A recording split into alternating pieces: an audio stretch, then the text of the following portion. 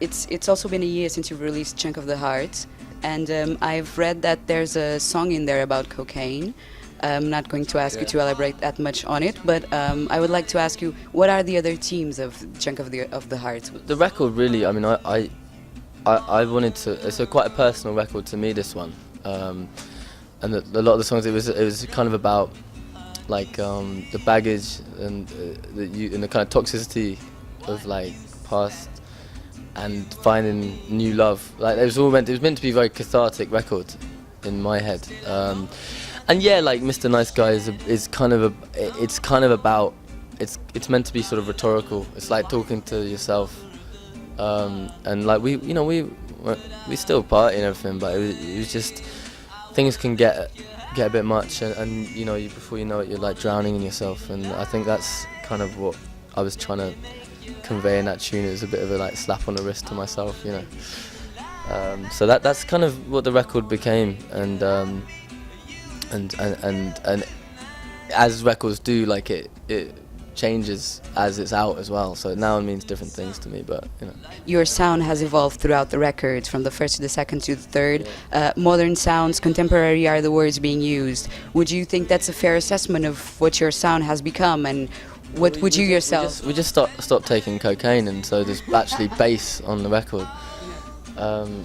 No, it is. Yeah, you know what? Like we all sat down. We did a few weeks recording with a different producer, and it did. We were kind of just tracing old ground. So we all sat together and we're like, well, we've got these songs, but we kind of want to do something different. And with Tony Hoffa, the guy who produced it, in the end, I was really heavily getting into like Licky Lee and LC Sound System and Air, the production of Air, and like, so we wanted to like bring this kind of modern production to the Kooks. I heard that you were working on a massive dance project. Is that correct? And is it still going? And will we be able to hear it soon? Yeah, I mean, it's been a bit of a nightmare. We've done the track. It's just we've been trying to get some mixes done, and it's just taken longer than I thought. And the girl I did it with is in Australia, so it's like, she's moving around from Australia and now she's in Barcelona. But it's like, it's been one of those things that I'm really excited about, and we want to put out, but it's just schedules. We've both been really busy, but it will come out. Yeah, absolutely. Yeah, I just wanted. It was one of those things.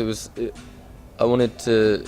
I think me and Shane, we want to make it really, really great before we put it out. So. But is it a Luke Pritchard work, or will be the Kooks? It's me featuring on something. You were blogging until last year to Huffington Post. Yeah. How was that experience like, and would you like to do it again? Yeah, it's alright. I'm a bit of a madhead really with all that. Like I enjoyed it. I think I should do it more really, because it was really good. I just went through some really like fucked up times in my own life, and I just thought I just want to be on my own. So I got a bit introverted at the beginning of the year. I just got really into my music, and when I was at home, I just didn't want to like see anyone and shit. So the last thing I wanted to do was like blog, because you like, although it's Twitter and everything's cool for people, I think everyone's different, and you're entitled to. For me, I go through phases. Like sometimes I like it, and sometimes I just want to just be on my own. So yeah. If you do it again, would you consider doing it for Vogue.pt? Is that you have to say, it is. If you accept it, it's official. Wow. Be careful with what you're going to say. Do I, like, how much are you paying me?